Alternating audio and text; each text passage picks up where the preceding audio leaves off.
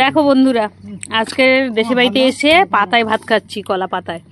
কতদিন পরে কলা পাতায় ভাত খাচ্ছি, সবাই মিলে উঠোনে বসেছি, বসে খাচ্ছি একসঙ্গে।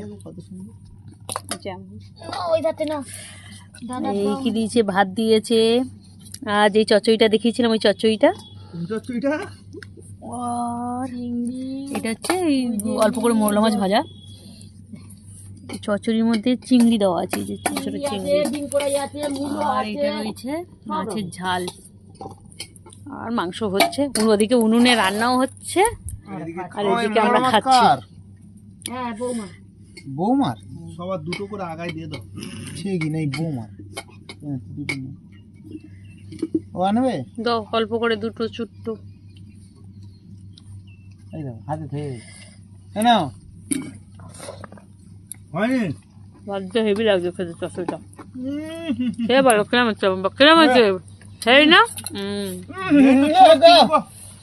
এ কি দাঁতে মুখে লেগে যাচ্ছে তো খাবার।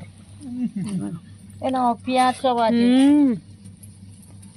দেখি আমার সব মাছ ভাজা খেয়ে নিয়েছি, ওই জন্য বাতাস